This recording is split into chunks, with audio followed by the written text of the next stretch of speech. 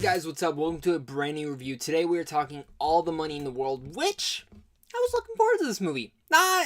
Yeah, I know. It has Ridley Scott, it has Michelle Williams, it has Marky Mark, and it has Kevin Spacey. Oh, wait. It has Christopher Plummer instead. Sorry, guys. No, see, I'm not the biggest Ridley Scott fan, but I do enjoy some of his films. I was more intrigued for this film. The fact that he finished it like 2 weeks ago. And if you guys didn't know, Kevin Spacey, he got fired from the movie. Ridley Scott just decided with the studio that they're going to go back, recast the role, reshoot it, and get it in. And they got Christopher Plummer, one of the best actors out there. So I thought this was like a perfect thing for them to do. In the end, it was a really great choice for them. I'll get into that later down the review. But of course, if you guys didn't know what All the Money in the World is about John Paul Getty III being kidnapped. And this is obviously based on all true events of the Getty family and all this going around in the 1970s. Now, it is a little fictionalized. They do say that in the film, that it is fictionalized in the beginning. So I don't know totally like the whole true story of this, but I found myself very intrigued with this whole concept. I found myself intrigued with the story and invested at parts, but mostly I was invested because of the performances. Now this is where we get to the Christopher Plummer part, but first, Michelle Williams is brilliant in here.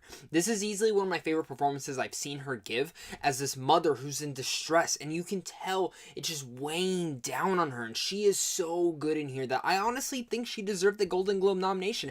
Marky Wahlberg, he's great. He plays himself, that's all it is. He's serviceable for the role. He doesn't add anything new, but he's just Marky Mark. And I wish he would do more and get out of that Mark Wahlberg isms that he does. But like I said, he's serviceable. It's entertaining to see him on the screen. We do get to my one thing. Christopher Plummer, like we were saying earlier, he takes over the role for Kevin Spacey playing Getty.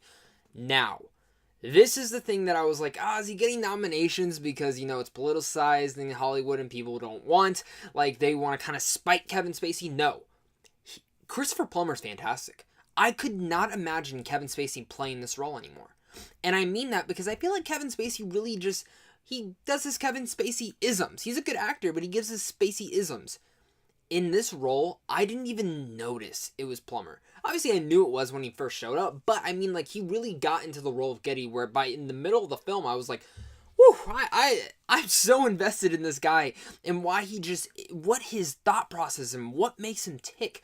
It is so intriguing that Ridley Scott captured all that into this film, which I think Ridley Scott really did a good job directing this film in aspects like that, and how he captured certain scenes and tension-filled moments in this film, and how it makes, really this film has a lot of things of how do people work, and I think that's what this film really relies on, is showing us how do some people's thought process go through. Michelle Williams' character, for example, or Getty's example, or even the kid or the kidnappers. It's very intriguing to say that. I think that's where this film really relies heavily on, is the performances and that thought process.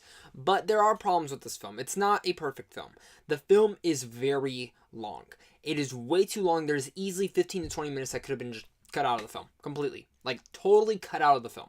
And it's really just, after the start of the film, it just starts getting really slow, and it's just building up these characters, and I'm like, okay, you're building them up in the wrong way. I want to know more about the situation, not more about the history of this. And I understand they're trying to do a whole biopic types of stuff with this film, but at times it doesn't work overall for the film. And it really just relies and kind of makes the film kind of just slow down to a halt, and it kind of makes it boring at times. But when the film does pick up, it really is a very entertaining watch and an intriguing watch at that part, which kind of serviceably discharges all those wrongdoings that I have with the film. I think the film has a lot of good tension-filled moments that at times don't really carry over to the next scene, but in those moments, you're gripping your chair like, oh my god, what's going to happen next? Because I don't know what's going to happen next. I didn't really know anything about this true story and this true event. So overall, I really enjoyed this film. All the Money in the World, surprising film for me. Like I said, not the biggest fan of Ridley Scott. I don't like a lot of his films, but I think he is a good director. This is one of his better outings in the last couple of years. I think he did a good job with All the Money in the World. I think he got really good performances from Christopher Plummer and Michelle Williams especially. And I thought he did a good job with the reshoots. I honestly couldn't tell what was reshot and what wasn't, because it all just seamlessly flowed perfectly. Honestly, if I didn't even know about the Kevin Spacey thing, I would have never known. But I will say this, I'm pretty sure there's one shot in here, which I've been reading this, that there's one shot in here that is noticeably Kevin Spacey, and it's a wide shot, you can't really tell. I think I found it. If you look for it, I think you're going to notice it, especially because the crowd I was with, a lot of people started giggling at this scene and kind of started pointing, and I think everyone in the theater knew, that's Kevin Spacey. We're not stupid.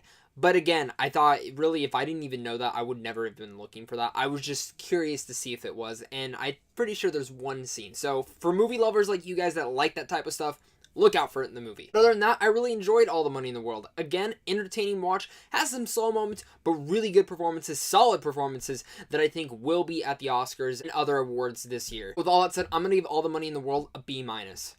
Tell me, guys, what did you guys think about All the Money in the World? Please comment down below and tell me. I'm really curious to hear what you guys think about All the Money in the World, because I don't know if you guys are intrigued to see it because of the whole Kevin Spacey thing, or if you guys have always been intrigued with the story, or maybe you're just a really big fan of Ridley Scott. And in that case, if you are, please comment down below and tell me what is your favorite Ridley Scott film.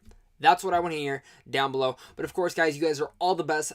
Thank you for all the support. The year's coming to a close. Tons of reviews coming out. And Sandwich John Films down below. This website, love being a part of it. Love being a part of this team. It's great. Make sure to go check us out down below if you guys want to check out some giveaways and advanced screens that the website does.